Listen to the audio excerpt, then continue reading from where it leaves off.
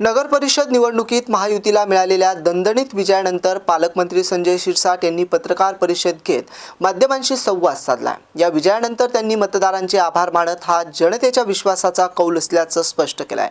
हा विजय केवळ राजकीय नसून सर्वसामान्य नागरिकांच्या अपेक्षा आणि विश्वासाचं प्रतीक आहे, असं त्यांनी यावेळी नमूद केलंय।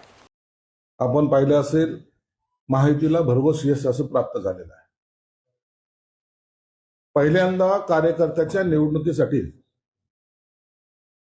महायुतीच्या नेत्यांनी जे काही प्रयत्न केले, मग त्यात देवेंद्र फडणवीस असतील, एकनाथ शिंदे साहेब असतील किंवा अजितदादा असतील, यांनी महाराष्ट्रभर पिंजून ज्या सभा घेतल्या त्याचा हा परिणाम आहे।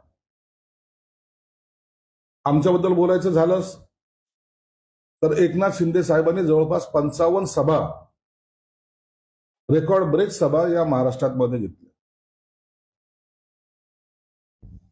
आमचा स्ट्राईक रेट जर पाहिला तर हा सर्वोत्तम स्ट्राईक रेट तुम्हाला पाहायला मिळेल। 132 जागा लढवल्या आणि 61 जागा जिंकल्या,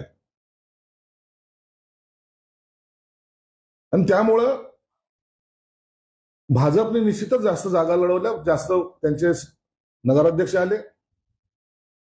परंतु आम्ही सुद्धा त्याच गतीने पुढे गेलेलो आहोत। ज्यांना कधी काळी असं वाटायचं की शिवसेनाचं उमेदवार निवडून येतील की नाही, किंवा यांना पराभवाला समोर जावं लागेल, त्यांना दिलेला हा झटका आहे।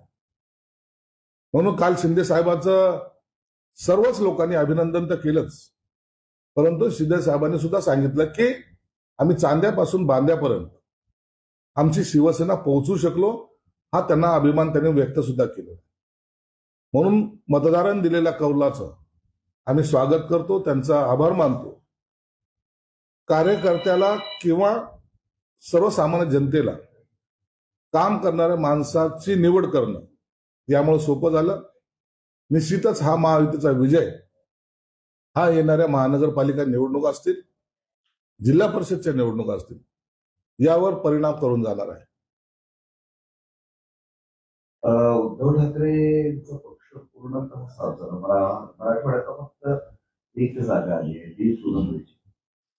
मराठवाड्यात एक आली, महाराष्ट्रामध्ये सगळ्या मिळून 9 जागा काहीतरी आलेल्या आहेत।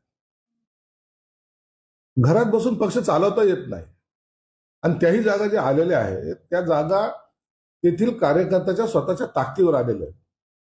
यांची कुठेही त्या सुद्धा भागामध्ये कुठेही सभा झाली नाही किंवा नेता सुद्धा गेले नाही।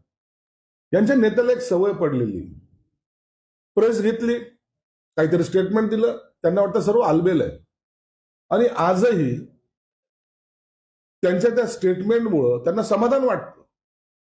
आम्ही किती चांगलं बोललो, आम्ही कसं टीका केली, आम्ही कसं टोमणे मारले, याच सगळ्या कल्पनेमध्ये किंवा या सगळ्या धुंदीमध्ये त्यांनी त्यांचा पक्ष हा आता रसातळाला नेलेला आहे।